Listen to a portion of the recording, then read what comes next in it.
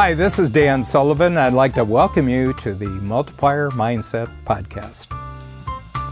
Our great transformation success story today is Caitlin Callahan. And Caitlin is a manufacturer in Milton, Massachusetts of specialized furniture. So Caitlin is fairly recent to Strategic Coach, but the thing that she zeroed in immediately when she came to our first presentation, it was actually a presentation that we were giving, and we have always 5 entrepreneurs, 3, 4, 5 entrepreneurs, who in addition to the presenter who's presenting the concepts of Strategic Coach, they tell their stories. So when I present in public, I say there's 2 parts to this program. There's the map. I'm going to show you a map of how you can really transform yourself as an entrepreneur from a rugged individualist into someone who really has a company, a self-managing company.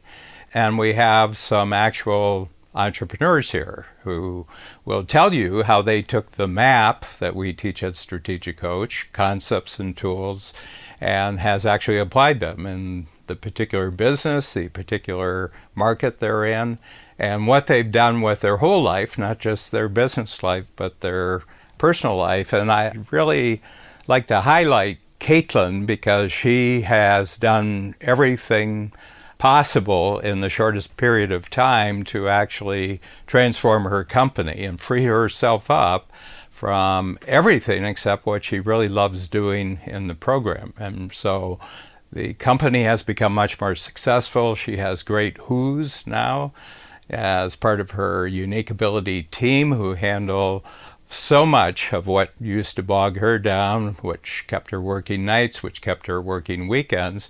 She's been liberated in that way, but the story that Caitlin tells is how she liberated her free time because she has lots of passions about improving the community around her, particularly 2 organizations which she immediately used her free time away from her personal life, but her community time that she now freed up because of Strategic Coach. One of them is to alleviate child hunger in her community. Okay, so got involved. An organization already existed, but when organizations form around these, usually the people who form the organizations are not entrepreneurs. And Caitlin, being someone who knows how to get things done, knows how to create teams, knows how to achieve projects, when an entrepreneur gets involved in a community organization, things start happening really quickly. And then the other thing that she created and actually is involved with is an organization that shows families how to get the best possible nutritional value from the food that fits within their budget. So these are 2 community organizations which are very crucial. We know tremendously from research that if children are not fed right when they're kids and they're not getting good food, their brains don't develop. The crucial thing is that families have good meals, nutritious food, so that children, when they're at the most crucial stage of developing, they have the nutrition they need to have their brains really develop. And then, using her manufacturing and industrial skills, Caitlin has also gotten involved in recycling fabric. So it fits in very, very naturally. What she does for a living does a great tradition in the Massachusetts area about fabric, but this is fabric recycling. So the thing here is every one of these success stories that I talk about here in the Multiplier Mindset really shows what entrepreneurs do with their business life when they get freed up to do what they love, and also what they do with free time.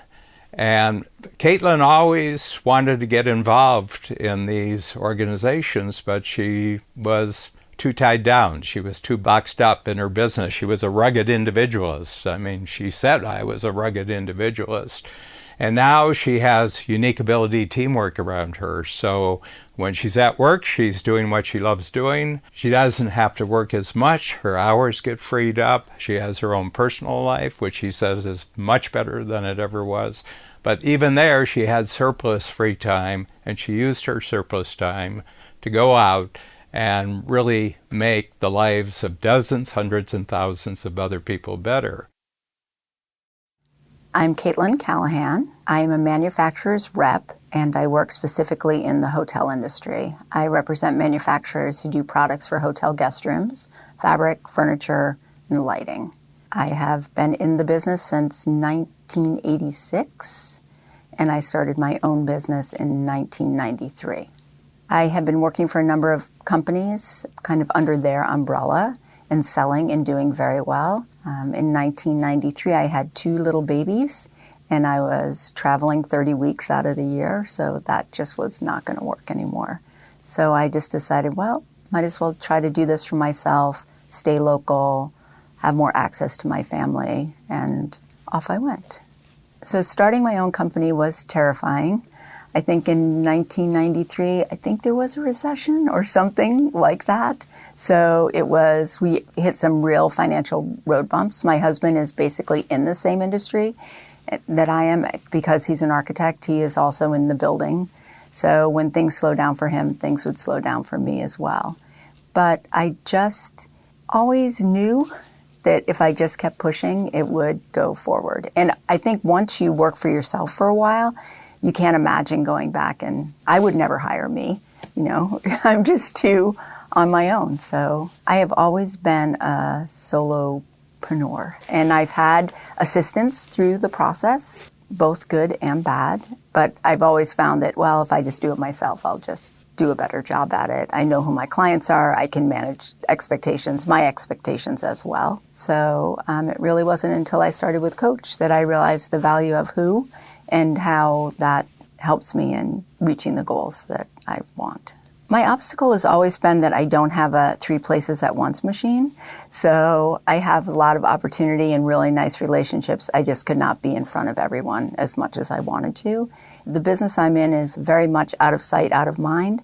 I have relationships with clients for 20 plus years. And it always is kind of shocking to me if I go in like on a Thursday and they'll say, oh, why weren't you here yesterday? And I'm like, you couldn't call me? It's a speed to market kind of thing that requires a certain level of immediacy that being in front of people is very important. So that's kind of held me back because there's a lot of detail and minutia in the business that also needs to be taken care of. First, to get over that, I started with Coach. I started being extremely intentional about my time.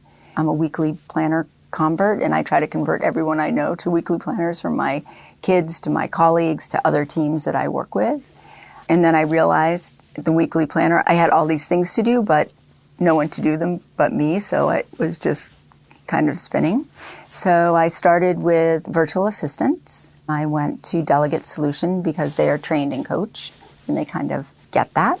So I have those 2 working for me. And then from there, I've recently hired a real project manager who works directly underneath me and has taken over chunks of my business and things that I've wanted to do for a while, like updating my website, improving my branding, Instagram, more calendar management for me.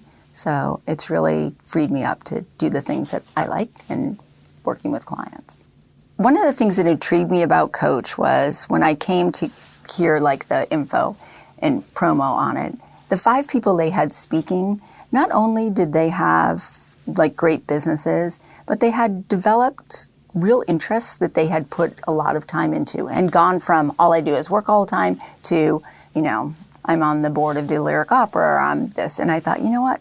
I want to be part of something like that. I want to be engaged in my community. So been really involved with an organization called No Kid Hungry. And in Boston, they have a group that's called Cooking Matters. And we do a series of 6 workshops with families or kids. I like doing it with the kids, where we teach them how to cook and kind of live within their food budget and to stretch their food budget as much as possible, which is really fun. I think it's really empowering when people can feed themselves. And then also recently, because I'm in the textile business, and textile waste is a huge landfill issue, not just from fashion and home industries, but also because of fast fashion and how people buy clothes and turn them over. The Goodwills of the world can't even handle all of that. And the rest of the world no longer wants our junk fashion. So the state of Massachusetts actually has their own kind of textile recycling division as part of their waste management. So I'm just starting to work with them to figure out creative ways of how we can maybe use old textiles as an educational tool to maybe work in schools, maybe bring back the home ec portion. You know, if you could teach people to cook for themselves, maybe you could teach people to sew for themselves. You know, it's old school, but just a more creative way of dealing with the trash that's out there, I guess. So you feel like you take at a certain level all the time. So I always tell people that I'm saving the world from bad taste, one hotel room at a time, but I really do feel it's important that you're not just taking and that you're giving back and contributing at some level. So it's nice to have the time to be able to do that.